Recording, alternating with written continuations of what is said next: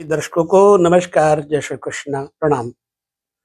ज्योतिष के सूत्रों में से आप सभी को मैं पुनः एक ऐसे विषय पर लेकर चलूंगा जो अत्यंत मनमोहक है, आकर्षक है, ज्ञानवर्धक है। अगर आपको रुचि है तो आपका बिल्कुल सटीक फलादेश होगा। मैं चंद्रमा को लेकर के बात करूंगा। चंद्रमा दो अवस्थाओं में आपको लेकर के विचार करना है। एक शुभ या अशुभ, बैठेगा एक ही घर में, लेकिन आपको निर्णय लेना है कि मेरे चंद्रमा अगर लग्न में बैठे हैं तो उनका परिणाम जो मैं बताऊंगा क्या वैसा मिलता है। दूसरा, जो मैं बताऊंगा नीच की अवस्था में, खराब अवस्था में, क्या परिणाम वैसा मिलता है। बस यही दो विषय आपको पूरे 12 घरों में देखने हैं। हो सकता है कि वीडियो को दो पार्ट में बनाना पड़े, क्योंकि चंद्रमा 12 घरों में जब हम लेकर चलेंगे तो ऐसा विश्लेषण जो कि लंबा हो सकता है।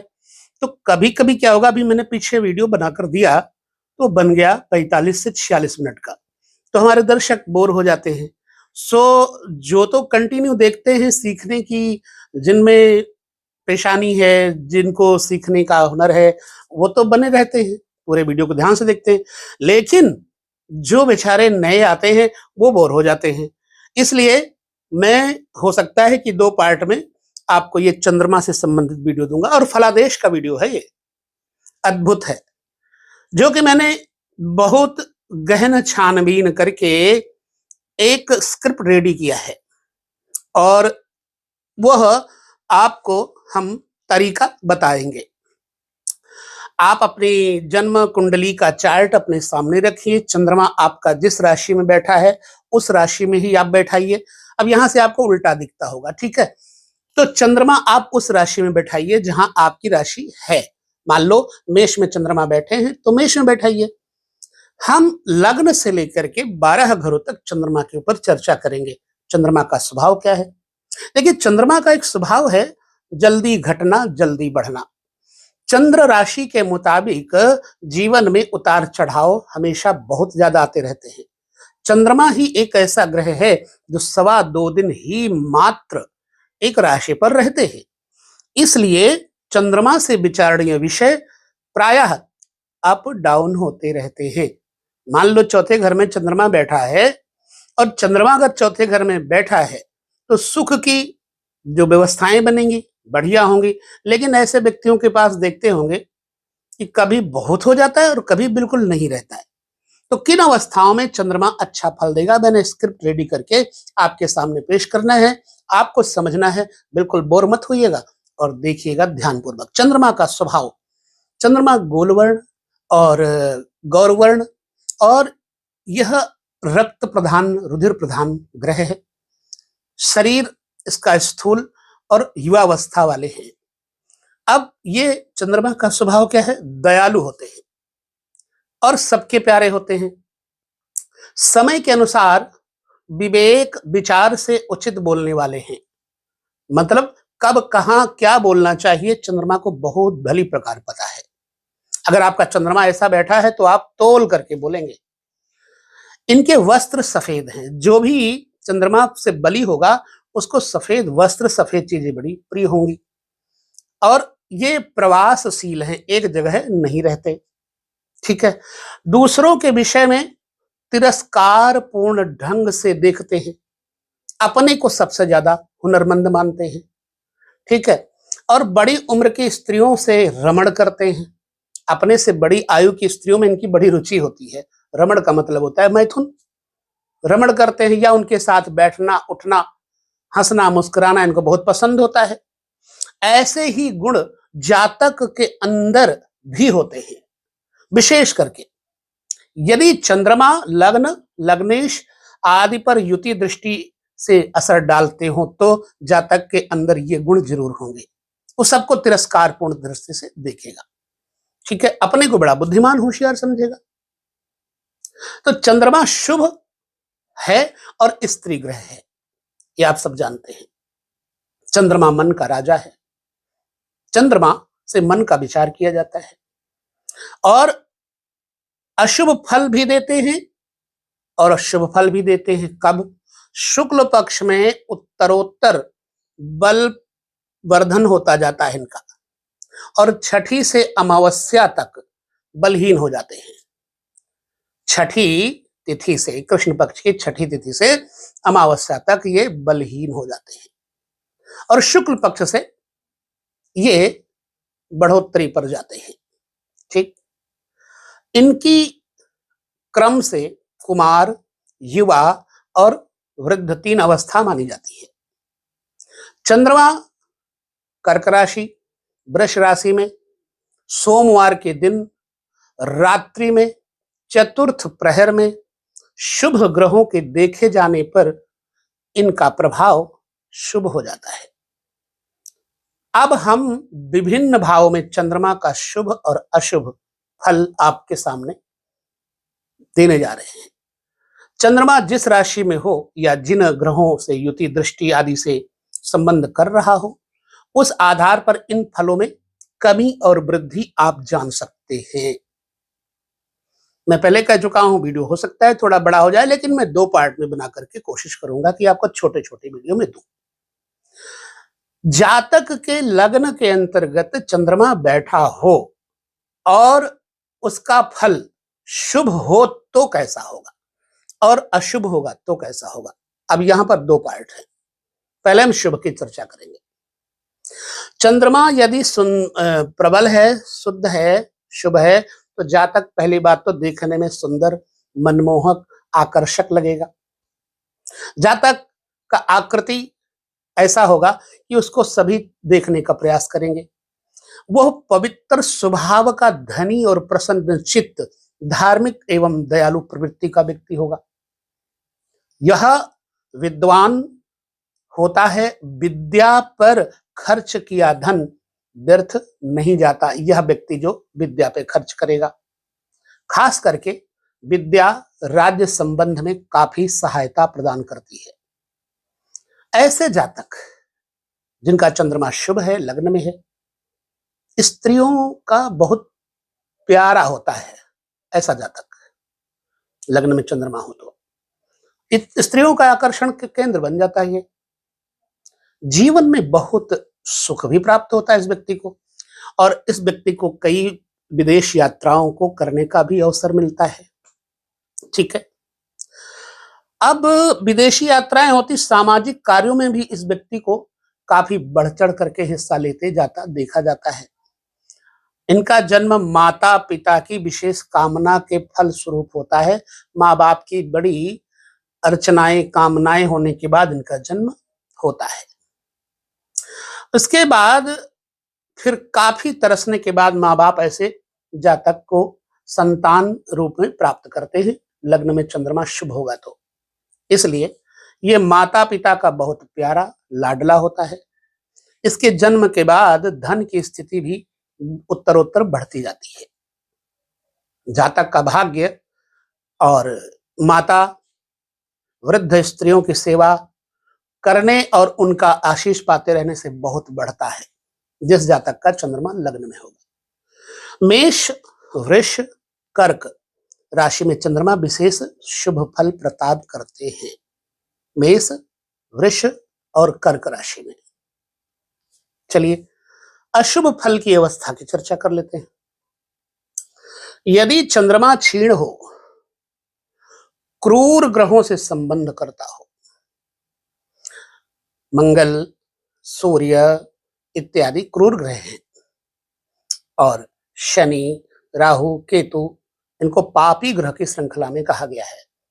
तो ये अगर चंद्रमा के साथ कोई संबंध रखते हो, दृष्टि रखते हो, युति करते हो, तो जातक झूठा होता है, असत्यभाषी होता है, कृतघ्नि होता है, व्याकुल चित्त होता है, अनस्टेबल उसका मन होता है, और धूर्त एवं दीनहीन अवस्था में होता है।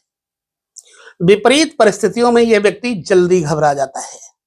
चंद्रमा अगर अशुभ है तो ठीक है, जातक भाग्यशाली हो, लेकिन उसके लिए अशुभता नहीं होनी चाहिए। खांसी, श्वास संबंधी परेशानियों से इस व्यक्ति को बात रोगों से इस व्यक्ति को कष्ट इत्यादि प्राप्त हो सकता है।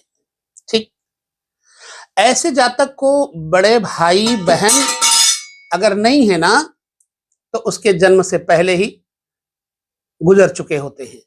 बड़े भाई बहन ना हो या उसके पहले जन्म से ही गुजर चुके होते हैं। जो इस व्यक्ति का मुफ्तखोरी या दूध से जातक का व्यापार चलता है, धन की स्थिति खराब होती चली जाएगी। अगर यह व्यक्ति दूध का व्यापार करेगा तो आर्थिक स्थिति मजबूत नहीं हो पाएगी। ठीक, द्वितीय भाव में चंद्रमा, चार्ट में आइए देखिए द्वितीय भाव। द्वितीय भाव में चंद्रमा, जातक का चेहरा सुंदर होगा, बोलेगा तो मधुर भाषी होगा और शरीर से सुखी और बुद्धिमान होगा। ऐसा व्यक्ति श्रेष्ठ मंत्री, सचिव आदि बनता है और धन धान्य का उसको लाभ अच्छा मिलता है। मां का सुख और विद्या दोनों साथ रहती है और ऐसे जातक के भाई और पुत्र अवश्य होते हैं, कभी निसंतान नहीं होता। हाँ, एक चीज है कि चंद्रमा का स्वभाव थोड़ा मृदु है, तो इसलिए यह व्यक्ति कामी प्रवृत्ति का जरूर हो जाता है। अब कामी प्रवृत्ति होना, एक तो मानव जन्म है तो कहीं ना कहीं कुत्ते बिल्लियों में भी ये देखा जाता है। तो कामी प्रवृत्ति नहीं, एक प्रकृति है, मैं ये कहूंगा। लेकिन कुछ राशियां होती हैं जिनमें काम भावना ज्यादा होती है। तो चंद्रमा अगर दूसरे घर में है तो ऐसे व्यक्ति को काम क्रीड़ा में बहुत रुचि होगी। सुंदर कटाक्ष नेत्र वाली स्त्रियां, उनसे प्रेम करना इसको बहुत अच्छा लगता है। राज दरबार से इसको यश कीर्ति की प्राप्ति भी होती है। पढ़ाई में वो चाहे बहुत बड़ी डिग्री ना भी पाए, पर अपनी बुद्धि, अपनी कुशलता, वाक चातुर्य से दूसरों को बहुत जल्दी प्रभावित करके उनसे मित्रता कर लेता है। ठीक है, बेशक डिग्री ना हो, लेकिन इसके पास चतुराई बहुत होती है। सार्वजनिक संस्थाओं से या विदेश से भाग्योदय होता है ऐसे व्यक्ति का, और जल से, तरल पदार्थों से और सिंचाई विभाग से धन लाभ इसको होता है। विरासत का धन एवं जायदाद माता पिता की जरूर प्राप्त करता है। इसका बुढ़ापा उत्तम गुजरता है। अशुभ चंद्रमा यदि होगा तो ठीक इसका विपरीत परिणाम हो जाएगा। जातक में काम भावना, जबरदस्ती वाली भावना, उग्रता, जल्दबाजी, अनावश्यक बोलना, समाज में अपनी हंसी उड़ाना के बराबर होगा।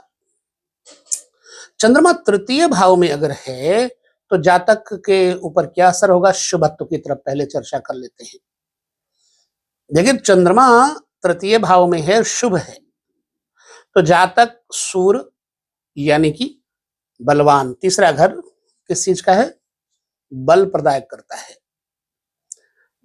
यानी कि भुजाओं का बल, प्रसन्न चित्त हमेशा रहने वाला, मित्रों की श्रृंखला बढ़िया होगी, धार्मिक प्रवृत्ति होगी, सतोगुण अधिक होगा, शास्त्रों में इसका व्यसन रुचि होगी, काव्य शास्त्र में, गायन में इसकी रुचि होगी, और अच्छी स्त्रियों से चुन करके ये जीवन में बात करने का शौकीन होता है, और उनके आकर्षण जाल में लेकिन ये फंसता कभी नहीं है। तीसरे घर का चंद्रमा, उससे जो इसकी पत्नी होती है वो भी बड़ी धार्मिक प्रवृत्ति की होती है, अच्छे स्वभाव की होती है।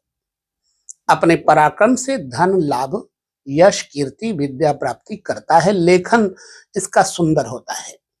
समाज में इसके मित्र बड़े अच्छे होते हैं, मित्रों का वर्ग अच्छा होगा, और विद्या अध्ययन के समय इसके माता पिता की आर्थिक स्थिति कमजोर रहती है अक्सर, इसलिए जातक को विद्या में रुकावटें मिलती हैं। और अंत में विद्या पूरी करके इस व्यक्ति को कठिनाइयों से लाभ तो प्राप्त हो ही जाता है। जातक अपने भाई बंधुओं से सुख प्राप्त करता है, जातक अपने भाई बंधुओं को सुख भी देता है, और ऐसा जातक अपने वंश का मुखिया बनता है। संसार में आदर मान बड़ाई उसको मिलती है, संपूर्ण जीवन सुखमय रहता है। यदि वो साधु या योगी हो जाए तो तमाम सारी सिद्धियों का दायक बन जाता है। चंद्रमा यदि तीसरे घर में अशुभ होगा तो अशुभ या क्षीण चंद्रमा यहां क्या करेगा? जातक को कफ रोग दे देगा। चंद्रमा क्रूर ग्रहों से प्रभावित हो तो जातक का स्वभाव कृपण, कंजूस, घमंडी, निर्दयी हो जाएगा, बात बात में तुनंग मिजाज हो जाएगा, चुगलखोर हो जाएगा और हिंसक हो जाएगा। व्यर्थ बकवास करने का आदी होता है, भाई बंधुओं से झगड़ा होता है, राज्य से दंड मिलने के कारण धन की हानि भी होती है, गवर्नमेंट से, जेल खाना इत्यादि से। लेखनी अच्छी नहीं होती, लोगों के साथ मिलजुल करके रहने की आदत नहीं होती, और ऐसे जातक को जीवन पिता का सुख कम ही प्राप्त हो पाता है। जातक यदि पुत्री या उसके ससुराल वालों से धन ले तो जीवन में दुख और निर्धनता ही देखेगा, ये मेरा देखा हुआ है। अशुभ फल, चतुर्थ भाव में चंद्रमा का शुभ फल पर चर्चा कर लेते हैं। चंद्रमा यदि चतुर्थ भाव में शुभ होगा तो चौथा घर क्या है? माता, सुख, वाहन, मकान इत्यादि का है, जनता, पब्लिक है। जातक के पास जब चंद्रमा चौथे घर में होगा तो देवता गुरु में धार्मिक श्रद्धा और भाव, वाहन, मकान तो होंगे ही होंगे, एक प्रकार का ये दानी और विद्वान पंडित होगा और भाग्यवान होगा। जीवन के अंत तक विद्या प्राप्ति में ये लगा रहता है चौथे घर का चंद्रमा, और प्रताप, सामर्थ्यशाली, विद्वान, आचरणवान और सुखी होता है। जातक ऐश्वर्यशाली और कीर्तिमान जीवन जीता है, चौथे घर में चंद्रमा है तो शुभ। राज्य से इस व्यक्ति को सम्मान प्राप्त होता है, गवर्नमेंट से सम्मान प्राप्त होता है। कुटुंब, पुत्र और स्त्री से जातक को पूर्ण सुख प्राप्त होता है। स्त्रियों से मधुर संबंध बनाने में यह व्यक्ति कुशल होता है। खेती, कपड़ा, जल, नदी आदि व्यापार कार्यों से या विदेश से इस व्यक्ति को धन का लाभ प्रायः होने की पूरी संभावना बन जाती है। विदेशी धन कमाता है। धन खर्च करने पर उसका धन और भी बढ़ता जाएगा, चतुर्थ घर में चंद्रमा शुभ होगा तो। जन्म यदि शुक्ल पक्ष का है तो बहुत अच्छा बुढ़ापा गुजरता है। ये तो हो गया शुभ। अशुभ फल, चंद्रमा यदि अशुभ है तो जातक दूसरी स्त्रियों का लोलुप होगा, पर स्त्रियों का लोलुप बनाएगा, क्योंकि सुख का स्थान चौथा है और सुख लेने की इच्छा स्त्रियों से करेगा। माता का सुख भी कम कर देगा। मां बीमार रहे, छाती की रोग इसको हो जाए, माता पिता से इस व्यक्ति का मनमुटाव हो जाएगा या फिर उनसे दूर रहता है। अब आपको देखना है कि आपका चंद्रमा शुभ या अशुभ है, बहुत आसानी से आप जान सकते हैं। अशुभ है तो ये सब लक्षण होंगे और शुभ है तो वो लक्षण होंगे।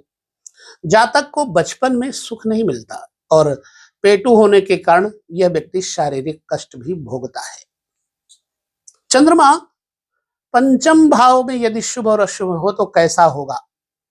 आपका चंद्रमा यदि पंचम में बैठा है तो अब आपको देखना है पंचम में शुभ है या अशुभ है। हम दोनों प्रकार के प्रतिफल आपके सामने कहने जा रहे हैं। मैंने बराबर एक लेखन प्रक्रिया तैयार की है, कहीं भूल न जाऊं विषय को, इसलिए।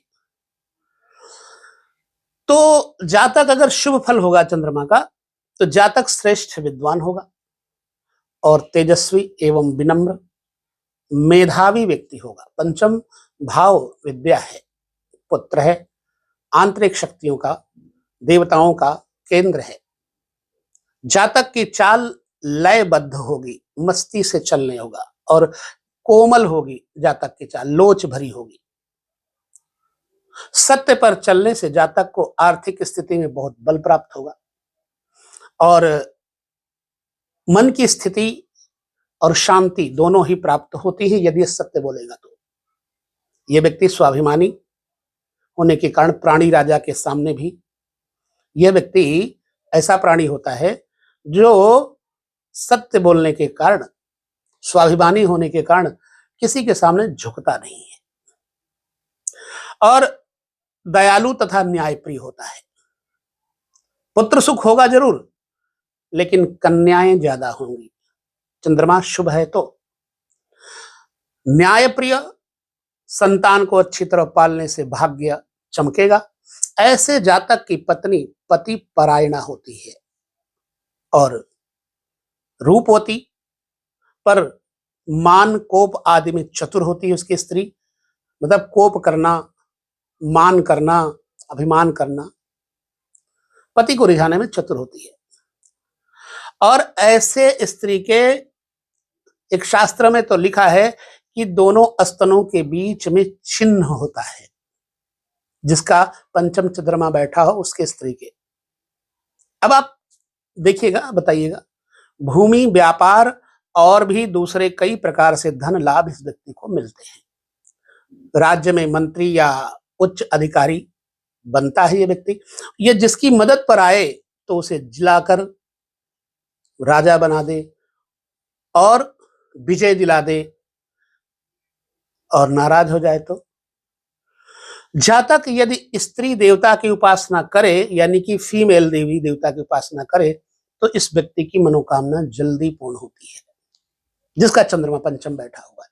जैसे दुर्गा, सरस्वती, काली, भगवती, लक्ष्मी, तो जल्दी मनोकामना पूर्ण होती है। ये तो हो गया शुभ फल।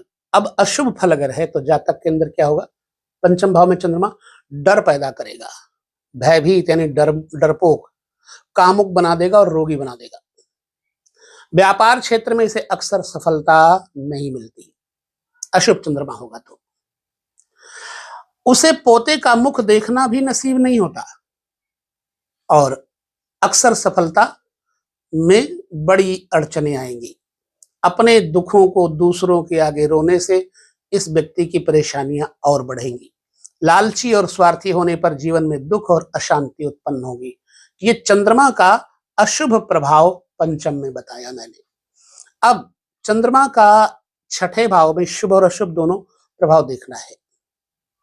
ध्यानपूर्वक पूरा वीडियो देखिएगा, बहुत मेहनत करनी पड़ती है, तब आपके सामने मैं पेश करता हूं, कुछ भी प्रस्तुत करता हूं, और वही बोलूंगा जो स्पष्ट है, जो कहीं ना कहीं से सूत्र है। बाकी आपको जो कहना है आप कह सकते हैं वीडियो में, लेकिन मुझे जो कहना है वो कहूंगा, चुप नहीं रहूंगा। चंद्रमा छठे घर में अगर बलवान हो, शुभ हो, तो जातक का जीवन सुख का स्वामी बनाएगा, लंबी आयु वाला होगा, विद्या प्राप्त करेगा, सुख भी प्राप्त करेगा। लेकिन विद्या में, पढ़ाई में कई बार रुकावटें आएंगी, शारीरिक रोगों का कारण बन सकता है। ये व्यक्ति डरपोक नहीं होता, साहसी होता है, शूर होता है। चाहे ऐसे जातक के जीवन में शत्रु बहुत हो, पर वे जातक के प्रताप के सामने ठहर नहीं पाते। अगर चंद्रमा शुभ है तो इस व्यक्ति के सामने झुक जाते हैं। शत्रु या विरोधी बार बार उठकर भी हार मान लेते हैं और जातक को विजयी उसके शत्रु ही बना देते हैं। उसके वंश में से कोई विदेश में रहता है, जाता है। यदि जातक स्त्री हो तो ऐसे जातिका यानी जातक नर्स बनती है। अशुभ फल अगर है छठे घर में, तो जातक को आंतरिक रोग होगा, कोई ना कोई, खास करके कफ और बलगम तथा बात रोग इसको लगा ही रहेगा। उसकी जठराग्नि और कामाग्नि तीव्र नहीं होती, यानी पाचन शक्ति तीव्र नहीं होती, काम शक्ति तीव्र नहीं होती। कर्म करने में वो आलसी रहता है और विधवा स्त्री से संभोग करता है, लेकिन स्त्रियों से उत्तम उत्तम संबंध इसके नहीं होते हैं। सूत्र है ये। और उसे माता का सुख ना हो या उससे उत्तम व्यवहार नहीं होगा। माँ के साथ या तो अच्छा व्यवहार नहीं होगा या तो माँ का सुख नहीं होगा, दोनों में से एक बातें होंगी। जीवन में अपमान और गरीबी के कारण दुख भोगता है। पुत्र संतान कम होती है। मामा और मौसी को भी संतान सुख या संतान का अभाव गृहस्थ सुख नहीं के बराबर होता, क्योंकि छठा घर मामा और मौसी है, वो भी छोटे। माँ के घर से तीसरा घर पड़ता है, चौथा घर से तीसरा यानी छठा घर पड़ता है। राज्य में चोरी और बंधुओं के कारण इस व्यक्ति को धन हानि का सामना करना पड़ सकता है। छठे घर के चंद्रमा के बारे में शुभ और अशुभ दोनों बातें मैंने कही। अब आपके जीवन में शुभ चंद्रमा के लक्षण है या अशुभ के, ये आपको देखना है। सप्तम भाव, अच्छा ये अकाट्य या बिल्कुल सूत्र है, ये भी आपको बता देता हूं ज्योतिष के। सप्तम भाव में चंद्रमा हो तो जातक गंभीर पर मीठी वाणी और मीठी बुद्धि वाला होता है, और धनी निरोग और विख्यात होता है, प्रसिद्ध होता, फेम और नेम वाला होता है। उसकी पत्नी सुंदर होती है, वो भी उस सुंदर होता है और पत्नी भी सुंदर होती है, और बड़ा परस्पर प्रेम रहता है पति पत्नी में। जातक के भाग्य स्त्री से या ससुराल से बढ़ता है। कईयों को देखा होगा ससुराल होते ही इनकी जिंदगी में माला माल हो जाते हैं। तीव्र काम इच्छा होती है। काम कला में ये बहुत कुशल होता है, यानी स्त्री को संतुष्ट करने में इस जातक की बराबरी चंद्रमा के कारण जल्दी कोई नहीं कर पाता। काम शास्त्र में निपुण, नारियों को संतुष्ट करने वाला, ऐसा जातक वास्तव में इसी के बस में होता है। अक्सर स्त्रियों के या अपनी पत्नी के वशीभूत रहता है। विवाह से पहले ही जातक अपनी पढ़ाई पूरी कर लेगा, वरना शादी होने पर विद्या रुक जाएगी। जातक स्थल के व्यापार से या विदेश से धन कमाता है। स्थल के व्यापार या विदेश से धन कमाता है, जल से नहीं, स्थल से। माल के खरीदने बेचने से समृद्ध बनता है, या फिर कमीशन एजेंट या बीमा आदि के कार्यों से धन अर्जित करता है। उसकी काव्य शास्त्र और ज्योतिष में बड़ी रुचि होती है। ठीक है। अब अगर अशुभ है चंद्रमा सप्तम में, तो अशुभ चंद्रमा जातक शरीर से कमजोर कर देगा और ईर्ष्यालु बना देगा, घमंडी और विनयहीन हो जाता है। यदि चंद्रमा क्षीण हो जाए तो जातक की पत्नी रोगी ही बनी रहती है, और जातक परिस्त्रीगामी भी हो जाता है। स्त्री लंपट होने के कारण उसे ग्रंथि रोग या शस्त्र आदि से चोट लगती है। यदि वो माता से झगड़ा करे तो उसके जीवन में दरिद्रता और दुख के पहाड़ टूट पड़ते हैं। यदि सप्तम घर में अशुभ चंद्रमा होगा तो यह प्रतिफल होगा। अष्टम घर के बारे में सॉरी, हरे कृष्ण, अष्टम घर के बारे में चर्चा कर लेते हैं, उसके बाद शायद इस वीडियो को हम विराम देकर के दूसरे वीडियो में फिर चर्चा और करेंगे। अष्टम घर में चंद्रमा शुभ होगा तो जातक को दान करने का, विनोदी स्वभाव करने का, तेजस्वी बुद्धिमान होने का और विद्वान होने का योग बना देता है। परदेश में जाता है, भ्रमण करता है, धनवान होता है। विवाह से या वसीयत आदि से उसको धन प्राप्त होता है।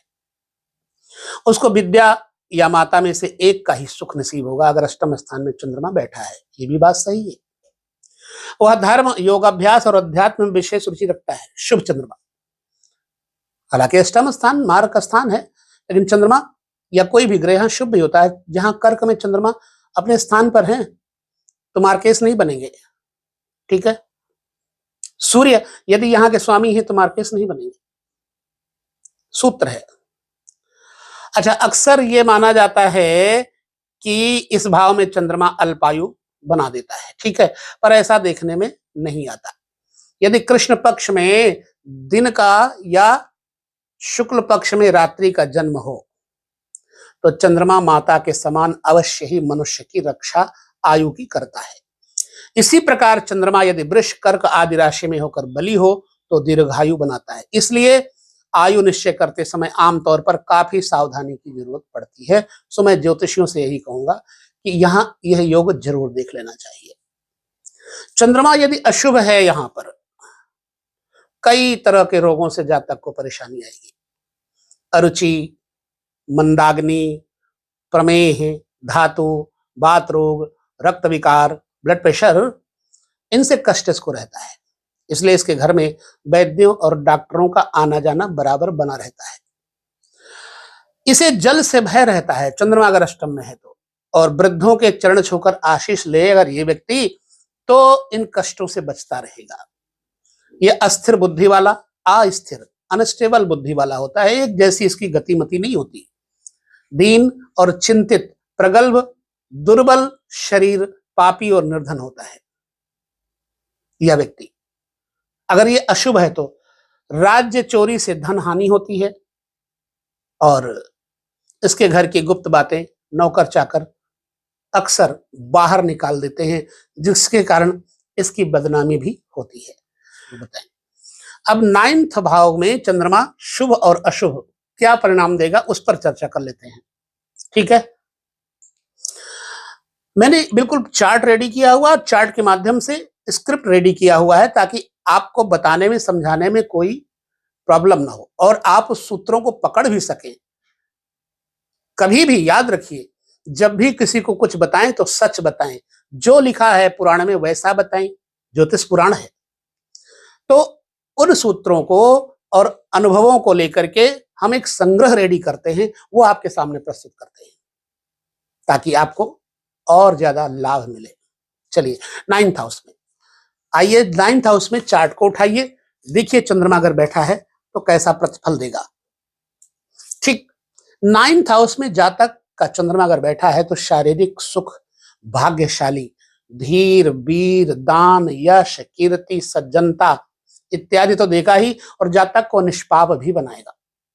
धर्म कर्म में रुचि वाला जातक, ये प्राणी धार्मिक ग्रंथों का अध्याय और तीर्थ यात्राओं का शौकीन होगा। देवता गुरु में श्रद्धा रखने वाला होता है। बहुत शास्त्र निपुण जातक होता है। जातक को कुटुंब, स्त्री और पुत्र आदि से सुख रहता है। यह व्यक्ति अपनी स्त्री को सुख और आराम देता है। वाहन सुख भी मिलता है, कार, मोटर, गाड़ी अच्छी। जनता के सुख के लिए कई कार्य करता है ये, इसलिए ये जनता में लोकप्रिय और वंदनीय हो जाता है। इसके शत्रु भी इसकी बड़ाई करते हैं। जवानी में उसका भाग्य चमकता है और जल यात्राएं खूब होती हैं। जातक का पिता दीर्घायु होता है। अगर अशुभ है तो क्या होगा, चंद्रमा क्षीण और क्रूर ग्रहों के प्रभाव में होगा तो जातक निर्धन होगा, निर्गुण होगा और मूर्ख तथा अभिमानी होगा, घमंडी होगा। कई स्त्रियों से शारीरिक संबंध रखने वाला होगा। चंद्रमा यदि 9वें भाव में अशुभ होगा तो 10वें भाव में चंद्रमा जातक को धर्मात्मा, सतोगुणी, संतोषी जो मिल गया उसमें संतोष, बुद्धिमान, पराक्रमी और कई कलाओं का ज्ञाता बनाता है। ऐसा व्यक्ति कई कार्यों को करने में कुशल होता है एक साथ, और परोपकारी स्वभाव का होता है जातक। भाई बंधुओं से सुख, ससुराल से धन प्राप्त करता है, इसको ससुराल से सुख प्राप्त होता है, धन प्राप्त होता है। विवाह के शुरू में पत्नी के मान मनोबल से ये प्रसन्न होता है। ठीक है, नए नए जातकों से, स्त्रियों से प्रेम करता है, ये थोड़ी गलत बात है, लेकिन अपने परिवार का पूरा ध्यान रखता है। और राज्य से धन, यश, सम्मान, सुख, मान लो आप नौकरी करते हैं तो आपको वहां से आपके लिए कुछ अच्छी चीजें उपहार स्वरूप सरकार से मिले।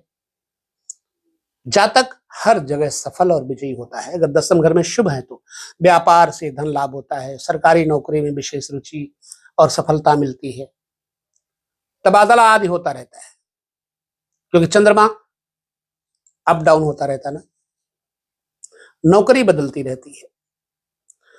अगर अशुभ होगा चंद्रमा तो बचपन में जातक को कष्ट होगा, जुकाम आदि से पीड़ित रहता है जातक, पढ़ाई में काफी बाधाएं आती हैं, इसलिए विद्या अधूरी छोड़नी पड़ जाती है। इसी तरह आजीविका में रुकावटें या तब्दीलियां बहुत आती रहती हैं। उसके ज्येष्ठ पुत्र से उत्तम संबंध यानी बड़े बेटे से अच्छे संबंध नहीं रहते। ये विधवा स्त्री से रमण करने के कारण जनता का विरोध सहन करना पड़ता है, बहुत अपकीर्ति और बदनामी होती है। किसी विधवा स्त्री से शारीरिक संबंध इसकी अपकीर्ति का कारण बनते हैं। एकादश भाव यानी 11वें भाव में चंद्रमा जातक को चतुर, मीठी वाणी से युक्त करता है, प्रताप, बल, धन और भाग्य देता है, अच्छे ऑफिसरों से मुलाकात करवाता है, अच्छे लोगों से जोड़ता है, कई शास्त्रों का ज्ञान होता है या फिर अनपढ़ भी होता है। जातक का भाग्य सदा ऊंचा रहता है, अनपढ़ हो तो भी। घर में धन और लक्ष्मी की कमी नहीं होती इस व्यक्ति के। उसकी पत्नी और अन्य स्त्रियां उसके रूप यौवन पर मोहित होकर उसको अपना समर्पण और आनंद देती हैं। जातक पुत्रवान होता है और कन्याएं इसके घर में ज्यादा होती हैं।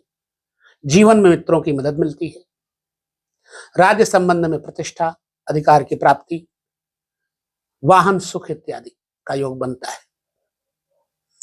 और इसके घर में कई नौकर होते हैं और घर में मूल्यवान वस्तुएं भरी पड़ी होती हैं।